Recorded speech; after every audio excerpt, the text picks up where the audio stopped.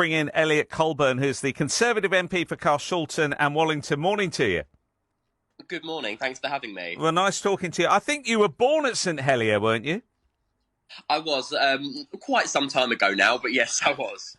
How are you? Well, let's get your reaction. You're relieved that it's getting the funding? Yeah, I think the first reaction is definitely relief. We've been waiting for this next step for some time.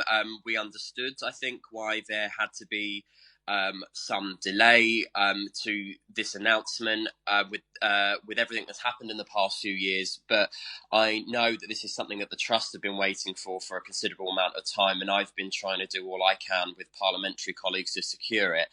So it is a real relief to hear this announcement finally coming. Yeah, that fight that you've had in Parliament, describe it. How frustrating is it?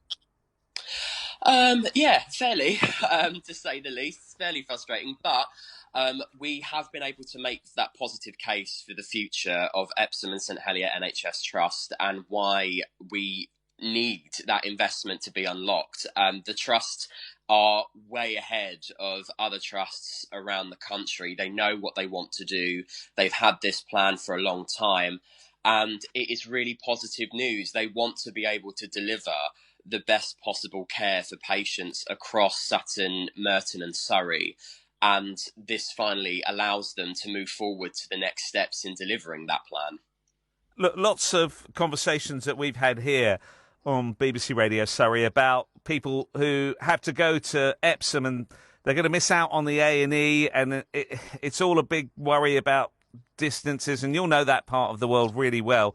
Sometimes you can get stuck in traffic. It can take an age, can't it?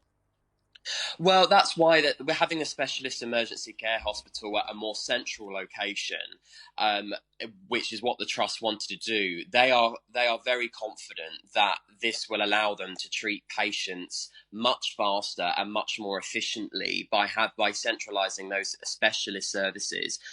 But there will still be urgent treatment centres, both at Epsom and St Helier, which will provide most of the support that you would normally think about having. But blue light ambulances obviously can cut through traffic very, very quickly and get people to that specialist emergency care hospital very quickly. And the Trust will then have this state-of-the-art hospital there ready and waiting to deliver care for the sickest patients in the borough. Is there any worry that things might slow down again, and you've got to keep the pressure up politically on this? I mean, we will be doing that anyway, definitely, working with my colleagues, particularly Paul Scully, Crispin Blunt, Stephen Hammond and Chris Grayling. You know, we will be working incredibly hard to make sure that we don't let that pressure up, to make sure that the Trust continues to have the ear of government to be able to progress with their plans. As I said before, the Trust is quite far ahead of many other new hospital programmes. They already have done quite a lot of the work, and which is why I think you heard from James Blythe earlier saying that he feels confident that the Trust can get to work within the next year or two on some of the enabling works that need to happen. So the Trust wants to move fast. We want them to move fast, and patients need them to move fast.